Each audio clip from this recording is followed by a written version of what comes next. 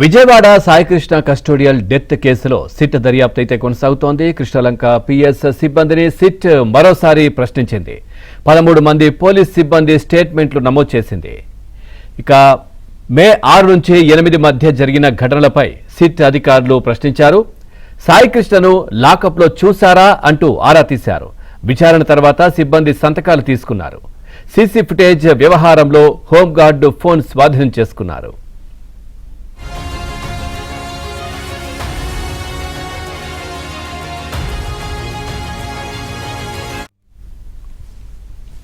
ఇదే విషయానికి సంబంధించి మరింత సమాచారాన్ని మా కరెస్పాండెంట్ ప్రసాద్ అందిస్తారు. ప్రసాద్, పూర్తి డీటెయిల్స్ ఏంటి? పవన్ సాయికృష్ణ కస్టోడియల్ డెత్ కేసుకు సంబంధించి సిట్టు విచారణ మరింత వేగవంతం చేసింది.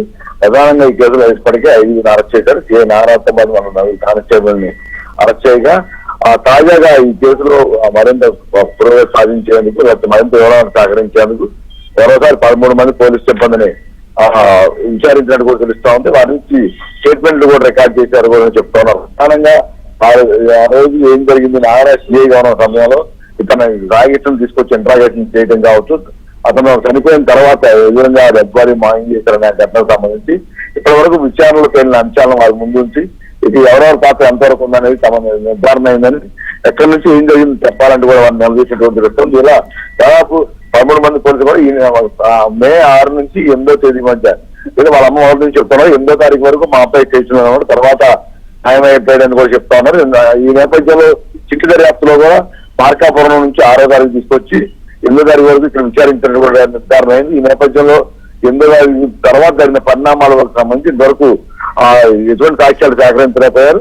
ఇప్పుడు సీసీ కెమెరా ఫుటేజ్ కూడా మాయం చేసిన ఘటనపై సంబంధించి కూడా నిపుణులతో కూడా దాన్ని మళ్ళీ వెనక్కి తీసేందుకు ప్రయత్నం చేసేటప్పటికి కూడా ఆ ఫుటేజ్ కూడా వెనక్కి రాలేదని చెప్తా ఉన్నారు. ఇప్పుడు దీంతో అప్పుడున్న సిబ్బంది విచారించడం ద్వారా మరికొన్ని ఇందులో సమాచారం సేకరించే అవకాశం ఉందని కూడా భావించిన సిట్టు ఆ కోణంలోనే ఇప్పుడు మొత్తం విచారణ చేస్తా ఉంది. మొత్తం అంతేకాకుండా అనుమానం ఉన్న ప్రాంతాల్లో కూడా మరోసారి సీన్ రీకన్స్ట్రక్షన్ చేసే విషయాల్లో కూడా 4 బృందాలు ఏర్పాటు చేసి 4 ప్రాంతాల్లో కూడా ప్రస్తుతం మరోసారి విచారణ చేస్తా ఉన్నారు. అదే టాస్క్ ఫోర్స్ పోలీసులు కూడా ప్రస్తుతం విచారిస్తా ఉన్నారు. ఈ నేపథ్యంలో ఎక్కడన్నా చిన్న తిరగన్నా దొరికితే దాన్ని పట్టుకుని ధ్వంసం శైలించవచ్చని కూడా భావిస్తా ఉన్నా. అయితే దీనికి సంబంధించి ఎవరు అధికారికంగా మాత్రం వివరాలు వెల్లడించడం లేదు. గోప్యంగానే మొత్తం దర్యాప్తు వివరాలు కూడా ఉంటున్న పరిస్థితి కనిపిస్తా ఉంది.